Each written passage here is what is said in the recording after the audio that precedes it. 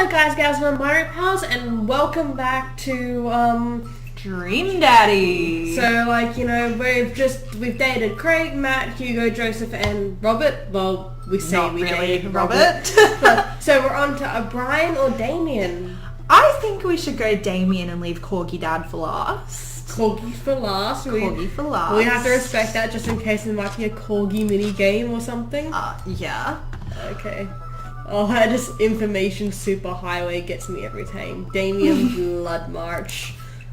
Alright. Let's go on the date with... Dad tip 56, go ask your mother. But what if I don't have a mother? Dad tip 57, go ask your father. Alright, let's do this. Damian seemed really interesting. A little odd, but interesting. I think I should hang out with him to get to know him a little better.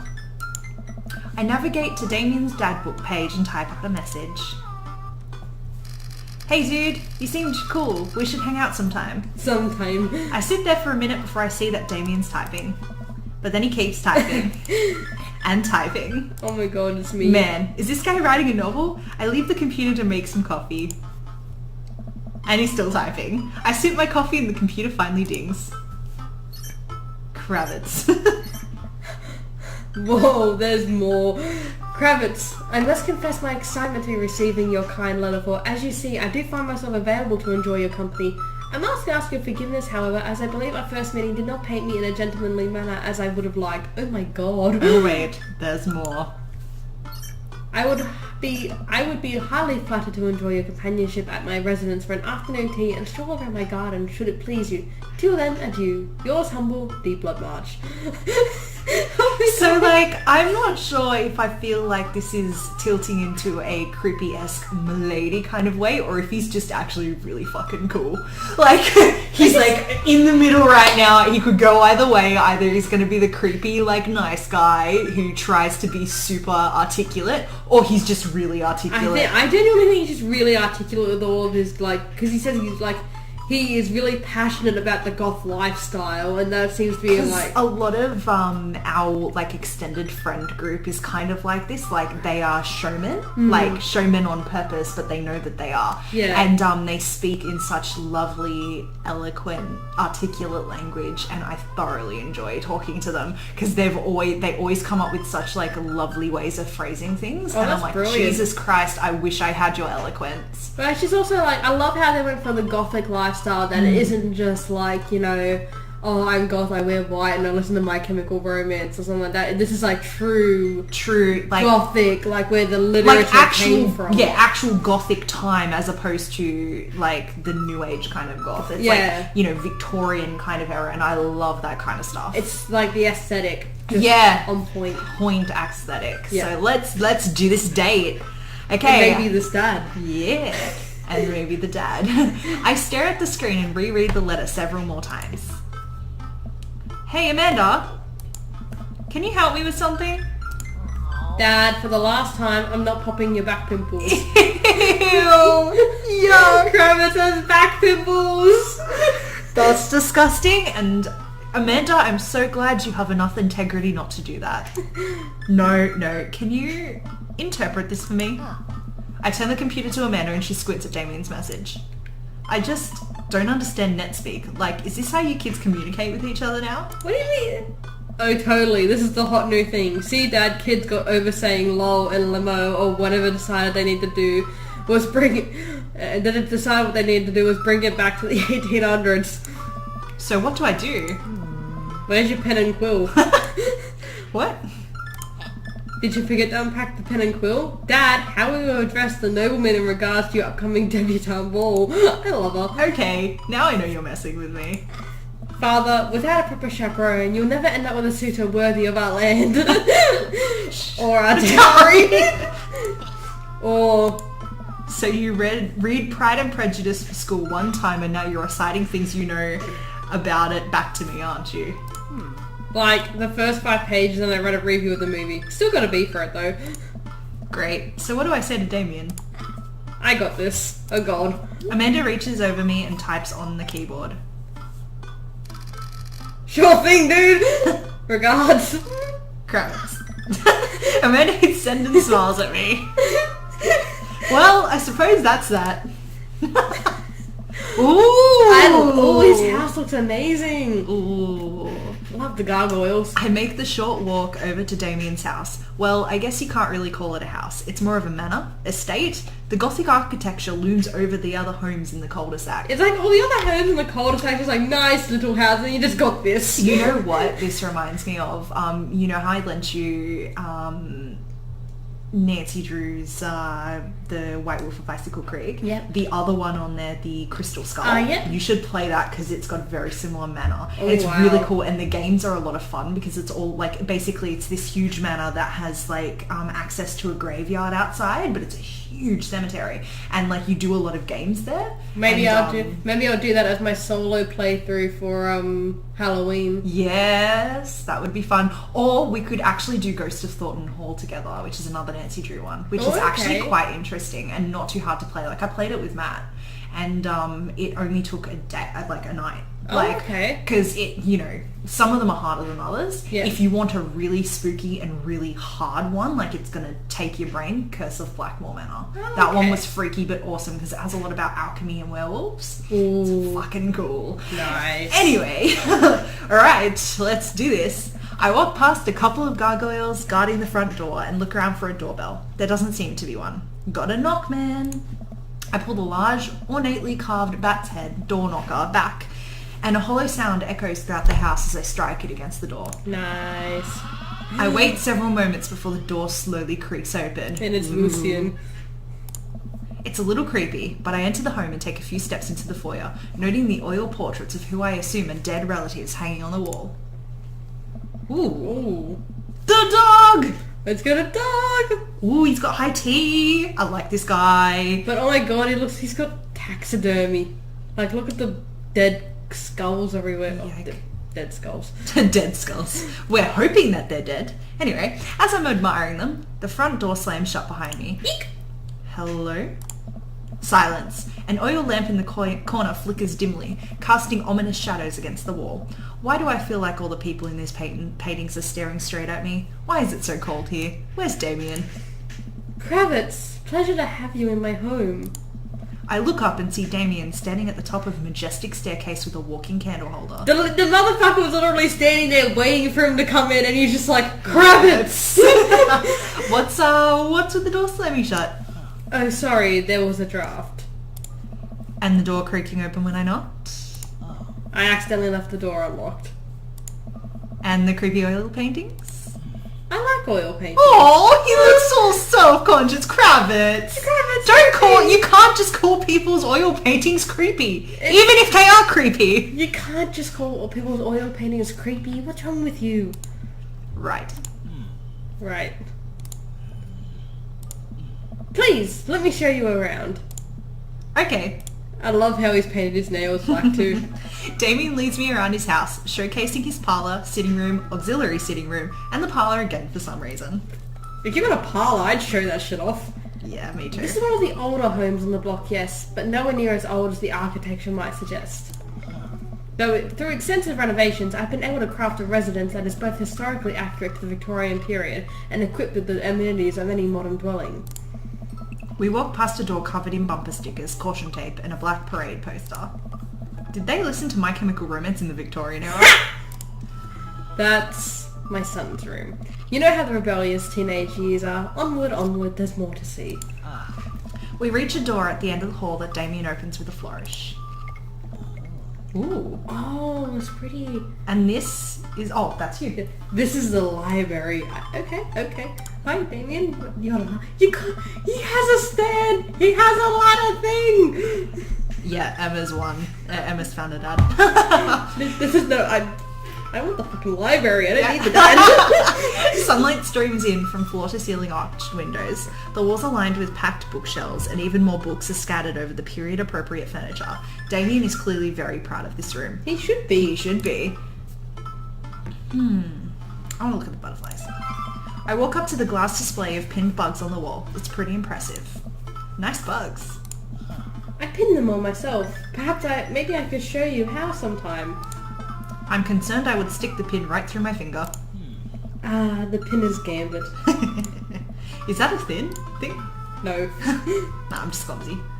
Okay, look at the window. I walk to the window and am greeted by a beautiful view of Damian's backyard. It showcases a beautiful view of the rest of the cul-de-sac. Hey, I can see Craig on his lawn. He's doing push-ups with his daughters on his back. Go, Craig! Damn. He sees me and waves happily, doing push-ups with one hand now. Son of a Damn! Damn, Craig! Did you know that Victorians spend at least 20 hours a week gazing longingly out of full-length windows? I wish I could. If I had a book nook, I would do that. Oh, you gotta get yourself a book. I used to, like, my bed used to be up against the wall, and I used to stare at the stars before I went to bed. Aww. Now I'm just like, why can't I do that anymore? Anyway, gotta find a house that'll let me do that. Hell yeah. Alright. Wait, really? No, but Victorians did appreciate telling a good joke. Good one, man. Pick up a book. Oh, he looks so self-conscious. Aww. You know, Kravitz, in the Victorian era there was some controversy around reading. Many people thought that the more towdry novels would encourage youth into a life of crime and would cause too much of a distraction from work and school. That is true. There was so much, like, people used to discourage reading back in the, like, saying that, like, all, like, the fictional novels were just nonsense that was going to poison your mind. Pretty much like people would say, like, about television and all that today. Like, basically, no matter how far back you go, the older generation did not approve whatever the younger generation were doing. Well, it was the same, I think, when they went from, I think, parchment or stone to actual paper, to writing books. People thought that that would be the end of, like, society, and then it would go from, like, books to like internet, and then internet to, like, phone and all that kind of thing. Like, it's just like, it's funny how, like, that seems to be a cycle. It just seems like every single technological advancement is like, you know, oh my god, it's the end of the days. Heard Thomas Edison was a witch. Alright, let's get on with this date. I pull out a book at random and examine the worn cover. Opening it, I turn to a random page and read aloud. Naruto struggled against the chains that Suzuki had bound him with. I've never watched Naruto, I'm sorry. It's okay. Shirtless and out of breath, he looked up at Sasuke, smiled, unbuttoning his ninja pants. Oh my okay, I think that's enough. He likes fan fiction! He has Naruto fan fiction, oh my god! He is us. He's one of us. Damian snaps the book shut and puts it back onto the shelf. I'd kill to have fanfiction on a nice worn cover like that. That's a rare book from my private collection. Please, will you join me for tea? I love him. Okay, I love him. He's won me over in one date. He's like me if I was classy. It's like, you think you're classy, then we open the books. Yeah, it's like the outer aesthetic makes, you know, really classy dude, and then you open it up and it's just trash. That's me. You just open it up and it's just like Spock and Kirk fanfiction. Yes. Yes, it is. I follow Damian to his sitting room where finger foods have already been set out on a beautiful tiered silver tray. I take a seat on one of the high-backed chairs as Damian pours and serves me some tea. I can't believe we're having a high tea. I never thought I'd get to do this. Damian smiles to himself. What? Oh. It's a common misconception that high tea refers to the wealth or class of the people enjoying it. But in fact, the tie refers to both the later time on the day where the working class had to enjoy tea and the height of the tables on which they're served. Nice. Oh. My dear friend, we're currently enjoying afternoon tea. That's informative. Damian takes a seat next to me and serves me a tiny sandwich. I fucking love the tiny sandwiches. Ooh. I'm gonna say home was really impressive. Cool. Yes! Eggplants! It seems like you've really put a lot of work into this place. Thank you. Oh, he looks surprised. Oh. I like this guy. No one's ever complimented my home before. Oh. Well, it is impressive. It's like, you know, dude, the skulls are a little creepy, but at the same time I can admire the aesthetic. Yeah. Hell, I can barely get matching salt and pepper shakers in my place, and look at what you've done. I'm kind of jealous. That's very generous of you to say. Aww. What got you so interested in goth stuff? Well, when I was a young boy, my father... Did he take you to the city? I was like, took me to the city. Sorry. Did you guys see her marching band? I'm afraid I don't understand. You're serious? Of course. But it's, you know, the song. Amanda made me listen to it. Seriously? I'd love to see a marching band. Nevertheless, I've always had a love for the art, history, and fashion. What started off as a small hobby of collecting taxidermied animals grew into sort of an obsession. It's a privilege to be able to appreciate the lives and culture of those who came before us, I think. Why not go all the way? I like not dying when I catch a cold. He takes a sip of tea. I can acknowledge that there were many terrible things about the Victorian era, and try to live a life that strictly aligns with those ideals be admittedly horrid. It's exactly like, if you love 50s aesthetic and all that kind of stuff. Yeah. Like, there was so many terrible things. You take the fashion, you wouldn't take the lack of civil rights. Yeah, it's like, aesthetic, not attitudes. Yeah, exactly. But I think it takes a critical mind that truly appreciates something to the fullest, to be cognizant of its flaws and love it all the same. Tumblr! Listen to this quote! Well, okay? it's what I do. Like, if you can't, criticize the things that you love, then you've kind of got to look at how much you actually really enjoy them. Exactly. But to the same thing, to the same tune, this purity mindset, purity culture thing that's currently going around the internet, why someone has to be perfect, otherwise it's not worth watching. Exact same thing. There are things that, you've got to be able to criticize it, but at the same time, nothing is going to be perfect. You can't just hold It's all about people's reactions to when problematic things are brought up and how they react. So if they accept it and they apologize for it and they move on, and they do something better, that's when you've got good progress. And then that's when it's not kind of a good idea to bring up all the receipts of the stuff that they did badly if they've genuinely changed. But if someone does, basically does a non-apology when they do something offensive and just keeps doing it and acts like an asshole, then absolutely bring it up. But if someone we're very different now to who we were when we were teenagers. Oh God. I was so terrible when I was a teenager. I just didn't understand anything, none of the nuance. I would throw 15-year-old me down the stairs. Yeah. And it was just ignorance. Because I don't think I was exactly hateful, but at the same because I don't hate anyone, but at the same time actions have power, and you don't know any better when you're younger, but at the same time no one tried to make you know better. But more at the exact same time as I say that no one tried to make me know better because society didn't tell me to learn better, I'm also glad I didn't have access to things like Tumblr like that when I was that age. I didn't get into Tumblr until I was at least 2012. I had left high school. Yeah. That was when I think that's pretty much when I first time joined Tumblr. And I'm so glad I didn't have that, because you see people nowadays bullying 14, 15, 16-year-olds who are just pretty new on Tumblr, and they're getting into the fact so many people like the same things I do, the same thing I went through when I discovered that fan fiction was an actual thing that when I started with fan fiction, it was that whole a younger, being a very young woman kind of sexualizing gay men. That at the start I was absolutely that type of person, but I was still 15. I started when I was about 13. That's when I got into female and male / fiction. I've been writing, I'll be honest, I've been writing fan fiction since I could write. My first fan fiction I was writing when I was about 10 and I was Yu-Gi-Oh! But I didn't know it was fan fiction because I'd never had that term come up. I was just writing stories and just I wish I could be in Yu-Gi-Oh! And just writing myself into them. And then I discovered when I was about 15, 16, people do this for fun, and people also create their own pairings, creating stories with their own pairings, get together and also do the naughty on the side.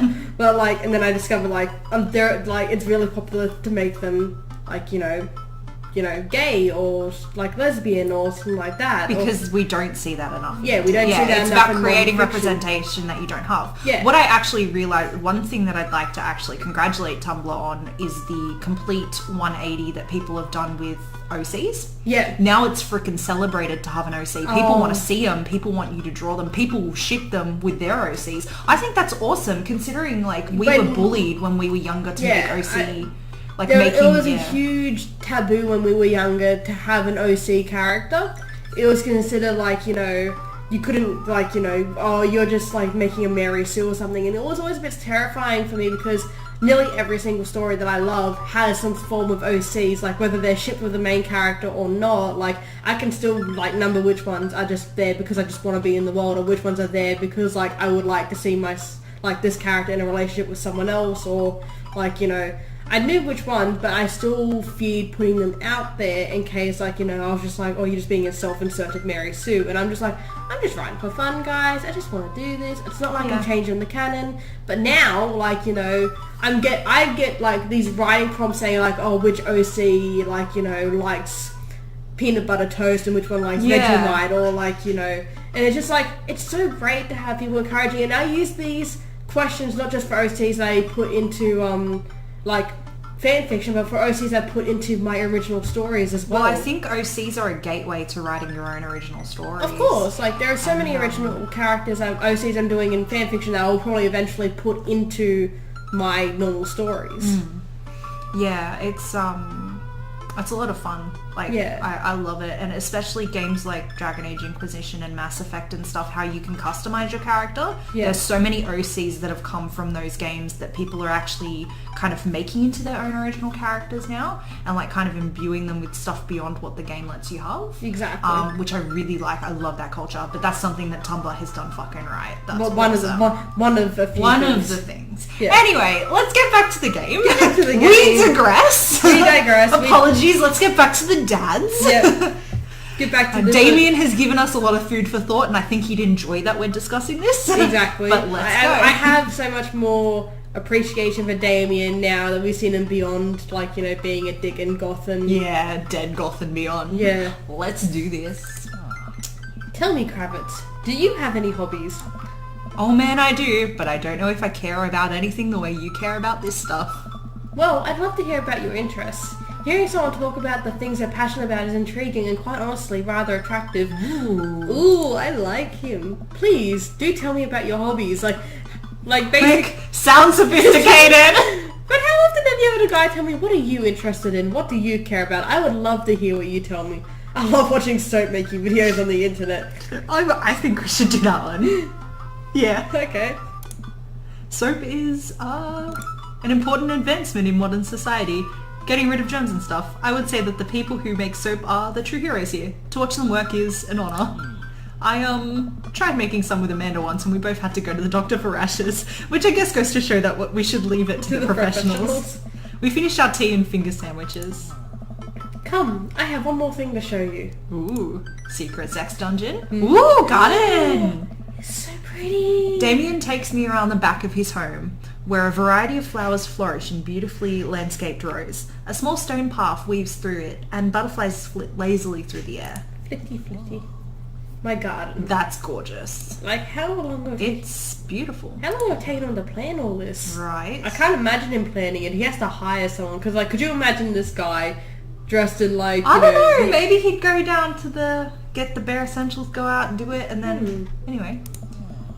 Victorians took flowers and floral arrangements very seriously. Are we going to have some flower language? Ooh. You see, it was considered uncouth to discuss personal and romantic relationships in public. So lovers and friends alike would use bouquets to send secret messages to each other. Each flower and plant is symbolic of different feelings. He's gonna talk in flower language! Yes! Even more interesting is that one flower could mean different things, depending on the other plants it was paired with. One had to be extremely careful, as even the style in which the ribbon was tied around the bouquet affected the message. This just reminds me of that post on Tumblr where it's just like, someone did a prompt of, like, person A walking to a store saying, slamming down $20 on the florist thing and said, give me a bouquet that just says, fuck you. Yeah, and then someone did. Someone actually they wrote what the bouquet is, like, my time has come, wrote what it was, and someone beneath it actually drew the bouquet, and I'm just like, can someone just sell the fuck you banquet bouquet? Because, like, that could ask my florist friend to make a fuck you bouquet. Like, she would do it too. She actually did the pride flowers because her partner is bi. Her husband is bi, and like they were made, so basically dyed roses with the pride colors. I'll have to next Mardi Gras. I'll send you her workplace details because they're so pretty. All right, Damian leans down and plucks a gorgeous bright orange flower off a vine. Lilium bublarium, the orange lily. Then don't ever ask me to say that properly. I'm not gonna do it. Bulbasaur. Bulbasaur. Bulbasaur! What do you think this one means? My boys are ablaze! Thou art the tightest. 3 cheers for sweet revenge? I don't know. Maybe the top one? Sweet revenge though, that'd be... I don't think orange. I'm pretty sure orange lilies are like a positive one. Well, maybe thou art the tightest, because I'm not sure. Is my loins are ablaze a bit too forward? I don't know. It could mean desire. I only remember one flower meaning at the moment, and it means like the white pansy is like I love you from afar or something like that. That's sweet. Totally gonna look this up. Because I'm just like, what does the orange lily mean? Is it Totally so? cheating. I had a feeling the orange lily is like tiger lily or something. Symbolize confidence, pride, and wealth. That tells us fucking nothing. But alright, let's do thou art the tightest. Yes, eggplants. The orange lily is actually symbolic of pure children. Okay. Well, that didn't tell us that on the flower meaning. Well, And that's precisely why floral arrangements is so challenging. What's your favourite type of flower? ooh, sunflowers. I think maybe. I don't know. Honeysuckle, but what? I can never remember what a snapdragon looks like. Honeysuckle? Honeysuckle was pretty. They smell really good. And then you can eat the tiniest little drop of nectar when you put the stem out. Yay! He likes it. Oh my god! I'll have to remember that when he put it together a bouquet for you. Can we just have him and Craig and Matt like In one? Yeah, I would happily just live all together. Alright, how about I reckon those three will try the second dates on. Yeah, good because After we do Brian's first date. Yeah. But I like this guy. Yeah. You know, you can just fast forward back to a few things when I'm saying this guy's boring, I don't want to go with him, and just, shove it in my face because this guy's cool. I know. He would put together a bouquet for me. No one's ever given me a bouquet before. I follow Damian down the footpath and admire more of his beautiful flowers. Aw. Suddenly, a phone rings. Oh, Kravitz, will you excuse me? I must take this. Oh, what? He pulls a cell phone out of his pocket. I'm a little surprised it's not a rotary phone. Go for it. Damian smiles and walks back into the house. I take a deep breath and enjoy the heavily perfumed air. What a lovely yard. This makes me wish I had put a little bit more effort into the garden Amanda and I tried to start that one time. Our watermelons grew to the size of cherry tomatoes and then immediately died. At least they tried. Oh hey, a gargoyle. Oh no, I knocked over the gargoyle. Oh no! Hey, hurry up!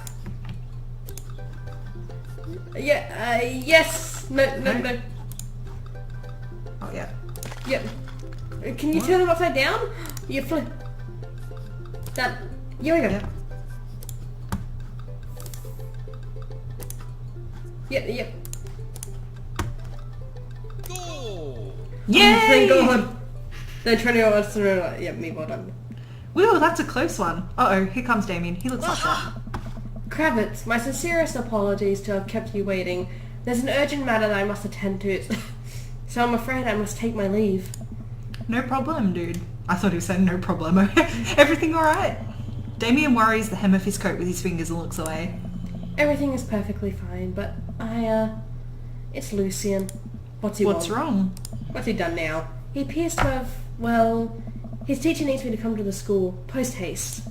Do you need help? Oh no, you don't have to. Let me come with you. Us dads gotta stick together. Aww, you're right. This is one of Lucian's more elaborate stunts. I would greatly treasure having another parent by my side. Let's go.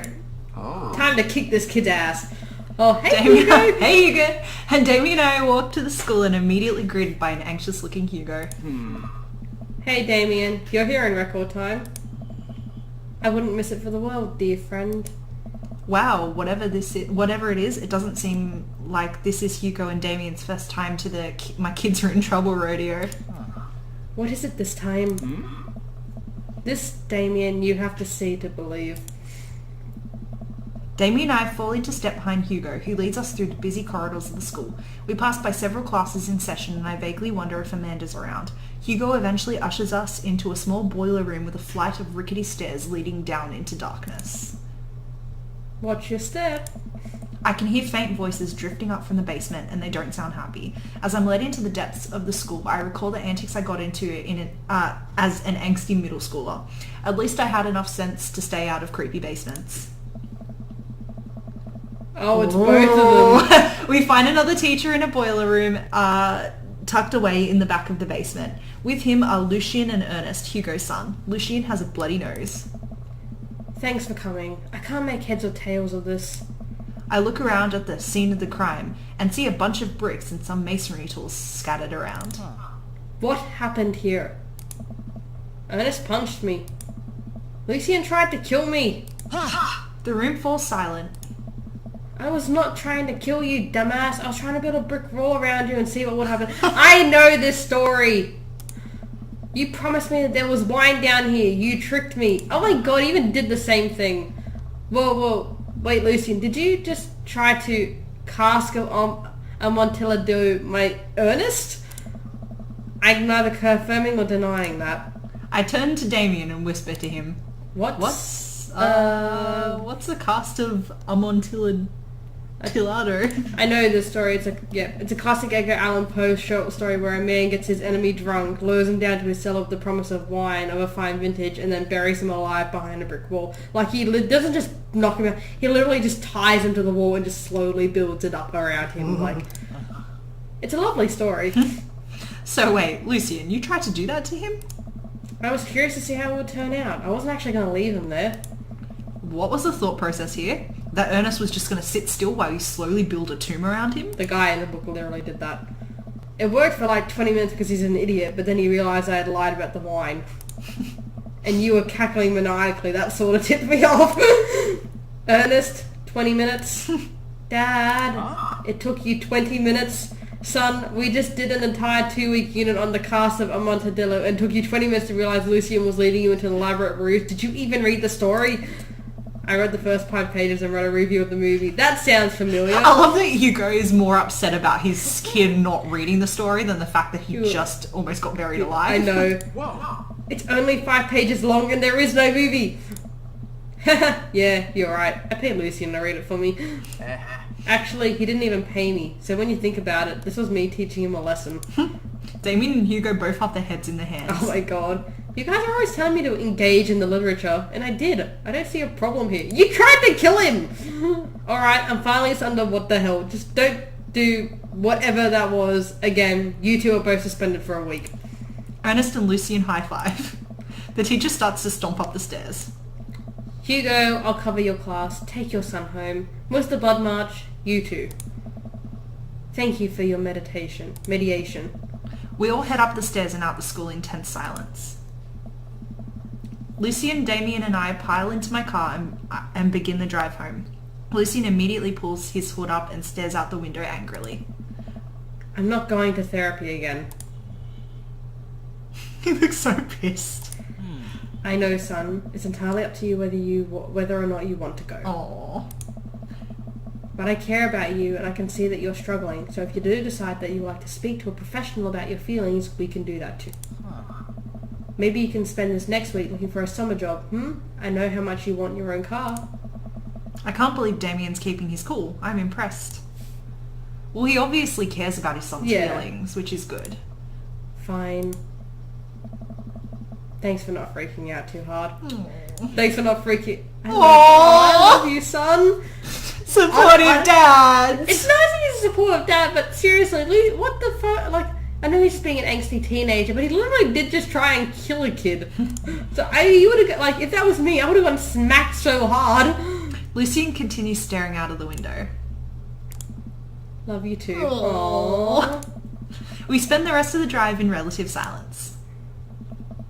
The moment we pull into the driveway, Lucian hops out of the car, slams the door and runs inside. I didn't expect to have that conversation in front of you. He and I have a lot we need to work out. It's alright. And all things considered, Lucian's bricklaying was pretty good, so there's your silver lining. There is that, yes. Middle one. Yeah. You're a lot more diplomatic with him than I would have been. I just want what's best for him, and I don't think yelling at him would do either of us any favours.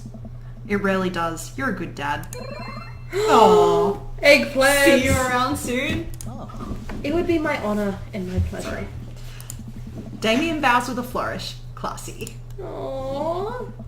I come home to find Amanda curled up on the couch with a blanket, watching TV. I plop down next to her. Yo. What you watching? Tiny House Hunting Brothers Extreme Edition. I love these shows. Oh, I hate this show. The couple on screen bickers back and forth while standing in an extremely small house made out of recycled bottles. The Tiny House Hunting Brothers watch them with bemused expressions, both of their heads touching the low ceiling. I told you I wanted a 2-bed, 2-bath, shabby chic cottage. This house doesn't even have a bathroom. But honey, the outhouse is only 20 yards away. It's not that bad. I am not pooping outside, Greg! Why don't they just get a regular-sized house? I don't know. How'd afternoon tea go? It got strange. We had to go to the school to pick up Lucian since he tried to... He lured Ernest down to the cellar with the promise of fine vintage and then tried to brick him into the wall, right? How did you know that? Has everyone read this story except for me? Lucian live streamed the entire thing. Nice. Little shit. This entire day is beyond me. But otherwise, it was a fun day. That Damian guy's a character, but he's really good company, and a surprisingly diplomatic dad. I dig his style. You know what? Me too. I like him. Yes. Okay, so I think we need to end the recording after this. Oh, high goth. Ooh. Yes. I think we're an S. Yes! Yes! Alrighty. Yes for S, okay. Next time we're gonna romance Brian. We're gonna check out Corgi Dad, and then we're gonna finally decide who didn't meet the qualifiers and who goes on to the second round. Yeah. Until next time, guys, my minor pals, peace out.